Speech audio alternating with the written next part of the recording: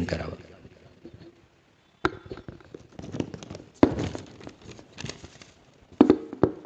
येथे व्यासपीठावर उपस्थित असलेले सगळे माझे डॉक्टर बांधव आणि मंडपात उपस्थित असलेल्या सगळ्या मान्यवरांना माझा सुप्रभात. आज तुम्ही मला ही संधी दिली इथे येऊन बोलण्याची, त्याबद्दल मी तुमच्या सगळ्यांचे आभार मानते. तो सर्वात आधी मी स्वतःला इंट्रोड्यूस करते. माझं माहेरचं नाव आहे डॉक्टर प्रियंका प्रकाश शोभा निकम आणि माझं सासरचं नाव आहे डॉक्टर प्रियंका नितेश पाटील, राहणार पाटील पखाडी नवली. आता मी काय करते, माझं वर्क सर्विस कुठे आणि किती आहे याबद्दल मी तुम्हाला सांगते. मी गेल्या 10 वर्षापासनं प्युअर क्लासिकल होमिओपॅथी प्रॅक्टिस करत आहे आणि पालघरमध्ये माझं गेल्या 7 वर्षापासून डॉक्टर हाऊस या नावाने पॉलिक्लिनिक चालू आहे.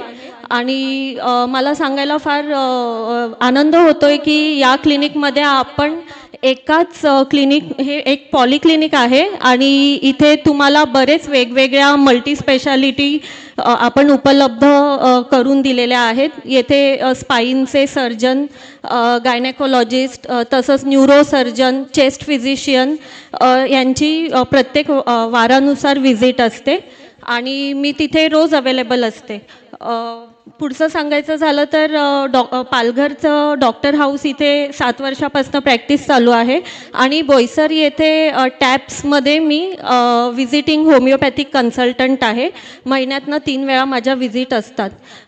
तसंच मी दर महिन्याच्या 2nd रविवारी सुमंगल सेवा ट्रस्ट मनोर येथे फ्री OPD करते. तिकडच्या ज्या अविकसित लोकांना फ्री सर्व्हिस आम्ही तिथे औषध गोळ्यांसह फ्री सर्व्हिस देत असतो. सो तुमच्या माहितीमधले जेही घटक आहेत जे अविकसित आहे, ज्यांना भरपूर पैशांची अडचण आहे, जे रिपोर्ट्स काढू नाही शकत, इवन त्यामार्फत आम्ही फ्रीमध्ये कॅटॅरेक्ट ऑपरेशनसुद्धा दिलेले आहेत. पुढचं सांगायचं झालं तर एक ॲकॅडमिक्स पार्ट म्हणून मी आपल्या पालघर येथे 2 ते 3 वर्षापासून गव्हर्नमेंट रेकॉग्नाइज ॲक्युपंक्चर कॉलेजमध्ये लेक्चरर आहे. तसंच पुणे वाकड येथे होमिओपॅथिक डर्मॅटोलॉजी या विषयाची सुद्धा मी लेक्चरर मागच्या 1 वर्षापासून काम करत आहे. आता मला थोडीशी माझ्या फील्डबद्दल तुम्हाला सगळ्यांना माहिती द्यायला आवडेल. आता होमिओपॅथी म्हटलं तर सर्वात प्रथम सगळ्यांच्या डोक्यात येतं की साबुदाण्याच्या गोळ्या, बरोबर आहे? बघा सगळे हसत आहेत, अगदी बरोबर आहेत. हां, तर होमिओपॅथी हे क्षेत्र आता आजच्या डेटमध्ये इतकं विकसित झालेलं आहे आणि होमिओपॅथी म्हणजे अजून एक कॉमन समज म्हणजे ते खूप स्लो ॲक्ट करतं. पण मी तुम्हाला सांगू इच्छिते त्याच्यामध्ये प्रॅक्टिस करण्याच्या एवढ्या विविध पद्धती आहे, जसं क्लासिकल मेथड आहे, स्पेसिफिक मेथड आहे.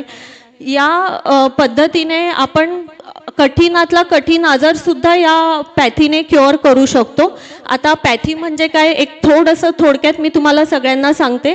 आजाराचे प्रकार असतात.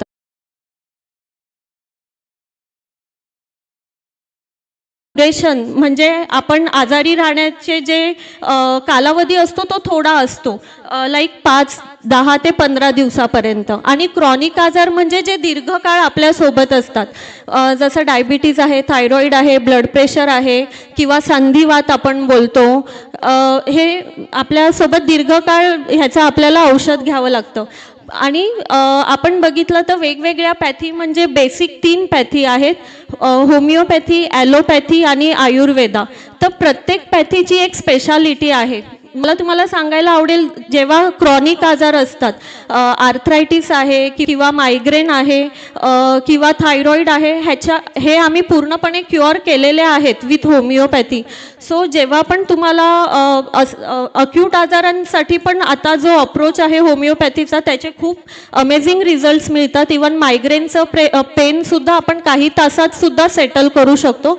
पण पण मी तुम्हाला आव्हान करते की जे क्रोनिक आजार आहे, सांधिवात किंवा जे अशा स्टेजला गेलेले आजार आहे जिथे आपल्याला फक्त पॅलिएटिव्ह केअर म्हणजे फक्त आपण त्यांचं दुखण्याची इंटेन्सिटी कमी जास्त प्रमाणात काही स्टिरॉइड्स वगैरे किंवा पेनकिलर्सच देऊ शकतो, अशा आजारांसाठी सुद्धा होमिओपॅथी भरपूर उपयुक्त आहे.